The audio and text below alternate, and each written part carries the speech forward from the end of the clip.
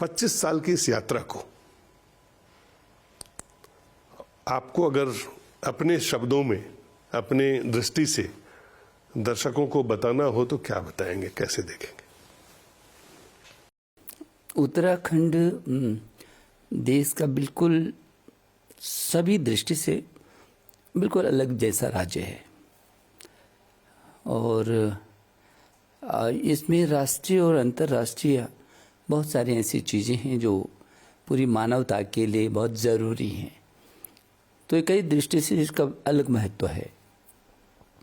लेकिन जो आप कह रहे हैं कि इसकी 25 वर्ष की जो यात्रा है, तो यदि मैं संक्षिप्त में कहूँ तो 25 वर्ष की उत्तराखंड की जो यात्रा है बहुत ही सुखद रही है, सफल रही है और एक साथ जो 3 राज्य बने थे, छत्तीसगढ़, झारखंड और उत्तराखंड, यदि इन तीनों का विश्लेषण हम करेंगे तो उत्तराखंड काफ़ी आगे है। यदि आप हिमालय बेल्ट के, क्योंकि हिमालय राज्य है, यदि आप मणिपुर, मिजोरम, त्रिपुरा, नागालैंड, अरुणाचल, हिमाचल, यहाँ तक जम्मू कश्मीर, यदि पूरी पर्वत श्रृंखला की जो हिमालयी राज्य हैं, यदि इसकी दृष्टि से भी आप विश्लेषण करेंगे तो आपको उत्तराखंड राज्य काफ़ी आगे नज़र आएगा। सभी दृष्टि से, अवस्थापना का हो, आर्थिक प्रबंधन का हो, वो विविध क्षेत्र के विकास का हो। तो मुझे लगता है कि क्योंकि इस राज्य के 25 वर्ष की यात्रा में मैं सहगामी रहा हूँ और उससे भी पहले, जैसे आपने कहा है कि 80 के दशक से हम लगातार इस राज्य के लिए संघर्ष करते रहे हैं और उस दौर से हमने जूझा है, झेला है, देखा है, संघर्ष किया है। जब ये राज्य नहीं बना था तब हम उत्तर प्रदेश में थे और मैं 90-91 में उत्तर प्रदेश में मैं विधायक हो गया था। तो तब से हम लोग उससे पहले 80 के दशक में भारतीय जनता पार्टी ने इस राज्य को एक छाया प्रदेश बना दिया था, उत्तरांचल प्रदेश संघर्ष समिति के नाम से। उसमें भी मैंने काम किया। तो स्वाभाविक ये है कि तब उन परिस्थितियों में और अब इन स्थितियों में यदि देखेंगे तो बहुत ज़मीन आसमान का अंतर है। क्योंकि मुझे उत्तर प्रदेश में रहते पर्वतीय विकास मंत्री होने का भी सौभाग्य रहा। मैं उत्तर प्रदेश का कल्याण सिंह जी के साथ पर्वतीय विकास मंत्री था। तो हरिद्वार छोड़ करके ये सारा क्षेत्र, ये 8 जिले होते थे उस समय, तो इसकी संपूर्ण विकास की जो नियोजन की जिम्मेदारी थी वो पर्वतीय विकास मंत्रालय के अंदर आती थी। तो मैंने बहुत निकटता से देखा है तब हम कहाँ खड़े थे और अब हम कहाँ पर हैं।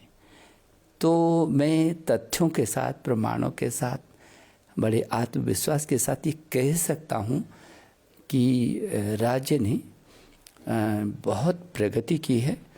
और यदि इस राज्य में जहाँ हमारे आंदोलनकारियों की महत्वपूर्ण, उनको तो नज़रअंदाज नहीं किया जा सकता है, मेरी माँ बहनें, मेरे नौजवान और जिन्होंने भी शहादत दी है। लेकिन यहाँ बच्चा बच्चा आंदोलनकारी था। देश की आज़ादी में भी इस ढंग का आंदोलन नहीं था। ये दुनिया का स्वतःस्फूर्त होने वाला वो आंदोलन था जहाँ हम जब गांव में जाते थे, सड़क में जाते थे, जहाँ कोई जनसंख्या नहीं, वहाँ हज़ारों लोग सड़कों पर होते थे। महिलाएं होती थी, बच्चे होते थे, बुजुर्ग होते थे, युवा होते थे। तो स्वाभाविक ये है कि इस राज्य के निर्माण में जो इसमें तमाम कठिनाइयाँ आई, उत्तर प्रदेश से इसका किस तरीके से बिल पारित करना पड़ा, फिर हरिद्वार उधम सिंह नगर नहीं थे तो फिर किस तरीके से अटल जी को मैंने फिर मनाया जा कर के, किस ढंग से फिर उन्होंने रक्षा मंत्री जॉर्ज फर्नांडिस की अध्यक्षता में फिर कमेटी बनाई, कल्याण सिंह जी उसके सदस्य बनाए, पंजाब के मुख्यमंत्री, क्योंकि उधम सिंह नगर पर पंजाब के मुख्यमंत्री अड़े भी थे, बादल साहब, कि नहीं इसको उत्तराखंड में नहीं करना। उनकी अपनी परेशानियां थी। उनके लोग कहते थे हज़ारों बीघा जो हमारी ज़मीन है वो उत्तराखंड बनेगा तो इन पर कब्जा हो जाएगा। लोगों ने गलतफहमियां पैदा की। हरिद्वार के लोग भी, क्योंकि सपा का लगता था कि उसका आधार केवल हरिद्वार में, लेकिन उत्तराखंड बनेगा तो उसका जो ज़मीन है वो ख़त्म हो जाएगी, तो वो संघर्षशील थे। लेकिन वहीं और लोग भी, और उत्तर प्रदेश गवर्नमेंट भी हरिद्वार को नहीं चाहती थी कि वो उत्तराखंड में मिले। लेकिन हमारे सामने ये था कि यदि हरिद्वार नहीं मिलता तो हमारा द्वार है, हमारा आंगन है हरिद्वार। हरिद्वार के बिना देवभूमि, देवभूमि के बिना हरिद्वार तो अधूरा है।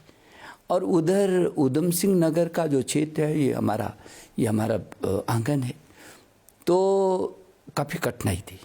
एक बार तो अटल जी ने कहा कि मेरे को कहा कि निशंक जो है बन जाएगा, लेकिन उधम सिंह नगर और हरिद्वार को माइनस करके बनेगा, क्योंकि यदि ये लोग केंद्र से उन्होंने धमकी दी कि यदि उधम सिंह नगर मिलाएंगे तो हम अकाली दल जो है आपसे समर्थन वापस ले लेगा। और इधर उत्तर प्रदेश में ये था कि यदि हरिद्वार को जोड़ेंगे तो जो नरेश अग्रवाल जी की पार्टी उस समय हमको समर्थन दे रही थी वो जो है अपना समर्थन वापस ले लेंगे।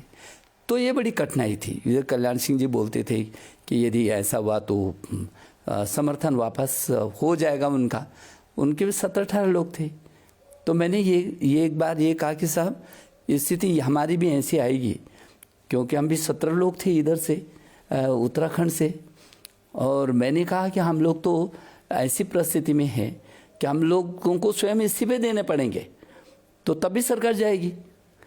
तो कल्याण सिंह जी ने कहा कि धमकी दे रहे हो निशंक, कह करके मैंने कहा साहब मैं जो सच्चाई वो कह रहा हूँ, क्योंकि उत्तराखंड का आंदोलन है। तो बड़ी कठिनाइयों के दौर से उस समय ये गया। लेकिन मुझे बहुत खुशी है कि जॉर्ज फर्नांडिस की कमेटी में फिर मैंने कहा अटल जी से कि उत्तर प्रदेश के लिए तो कल्याण सिंह जी बात करेंगे, पंजाब उधम सिंह नगर के लिए वो करेंगे, फिर उत्तराखंड की बात कौन करेगा।